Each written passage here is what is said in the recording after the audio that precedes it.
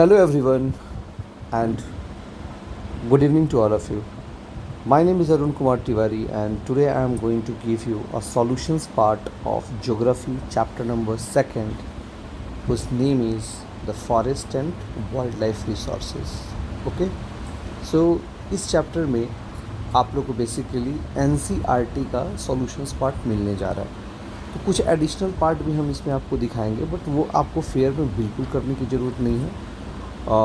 Data point of view से आप अपने दिमाग में बस उसको बैठा सकते हैं। ओके, तो चलिए हम लोग इसका सॉल्यूशंस पार्ट देखते हैं। और एक चीज़ ध्यान रखेंगे कि थर्सडे को आपका फेयर करेक्शंस डेट है, तो आप किसी तरह से इस फेयर को आप जितना जल्दी हो सके आप इसको कंप्लीट करेंगे, क्योंकि 16 जुलाई जो है आपका एग्जामिनेशंस टाइम है। ठीक है, तो इस चीज़ को आप ध्यान में रखेंगे। ओके, तो आइए सबसे पहले हम लोग सॉल्यूशंस पार्ट देखेंगे और कुछ एडिशनल चीज़ हम आपको दिखाएंगे। आपके means data point of view means आप अपने दिमाग में उसको रखेंगे, उसको अगर मन हुआ तो आप उसको फेयर में भी आप कर सकते हैं। बट NCERT का क्वेश्चन ही बस आपको फेयर में करना है, बाकी चीज़ आप एडिशनली एज अ डाटा के रूप में आप उसको कहीं पे भी लिख कर उसको सेव कर सकते हैं। ठीक है, तो आइए सबसे पहले हम लोग देखते हैं NCERT क्वेश्चन। NCERT सॉल्यूशन से पहले कुछ इम्पॉर्टेंट चीज़ जो इस चैप्टर्स में है उसको थोड़ा सा आप ध्यान रखेंगे, जो कि बहुत बहुत इम्पॉर्टेंट है। ठीक है, तो इस चीज़ को जैसे conservations of forest and wild life in India, ये बहुत इंपॉर्टेंट है। जैसे ये देख लीजिएगा कि Indian wild life protections act was implemented in 1972, ये सब बहुत इंपॉर्टेंट है। तो ये सब सारा पॉइंट्स के ऊपर आप देख लेंगे। ठीक है, ये आपके एग्जामिनेशन पॉइंट ऑफ व्यू के लिए इंपॉर्टेंट रहेगा। फिर से आप यहाँ पे देखेंगे टाइप ऑफ फॉरेस्ट, ये आपके सिलेबस में है। ठीक है, हमने इस क्लास में बहुत अच्छे से समझाया था। रिजर्व फॉरेस्ट किसको कहते हैं, प्रोटेक्टेड किसको कहते हैं, अनक्लास्ड किसको कहते हैं। तो एक बार इसको भी क्या करेंगे आप देख लेंगे। ठीक है, बस आपको रीड करना है और इसका नोट्स अगर आप चाहें तो कोई प्रेशर नहीं है, बस आपको फेयर में आपको NCERT ही बनाना है। ठीक है, ये आप ज़रूर देखेंगे, ये भी बहुत important conservation of the forest and wild life, ये सारा पॉइंट्स एक बार आप देख लेंगे। ठीक है, आपके लिए इंपॉर्टेंट रहेगा। आइए ये सब हम लोग बाद में देखेंगे, पहले हम लोग NCERT का सॉल्यूशंस पार्ट देखते हैं। चलिए, ये रहा आपका सॉल्यूशंस पार्ट, तो चलिए देखते हैं। इसको ध्यान में रखिएगा और अच्छे से in neat and clean handwriting you have to make your fair. Okay, तो इस चीज़ को आप ध्यान रखेंगे। ठीक है, तो आइए कोई ये मल्टीपल चॉइस क्वेश्चन है, इसको ज़रूर ध्यान में रखिएगा। ओके,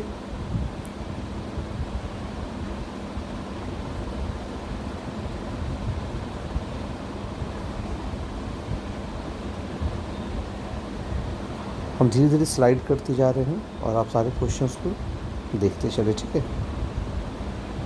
ये देखते चलिए। As the following animals and their category of the existence. ठीक है, बताइए ये वो एनिमल्स है जो कम्प्लीटली एक्सटिंक्ट हो चुके हैं, मीन्स विलुप्त हो चुके हैं, जैसे black bird, Asiatic elephants, Andaman wild pig, Himalaya brown bear, pink head duck.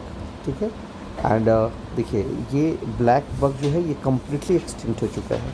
Asiatic elephants जो है वो रेयर कैटेगरीज में है, ये एंडेंजर्ड मतलब अब ख़त्म होने के कगार पे है, वनरेबल है और एंडेमिक है। ठीक है, ये आपका ऑब्जेक्टिव हो गया।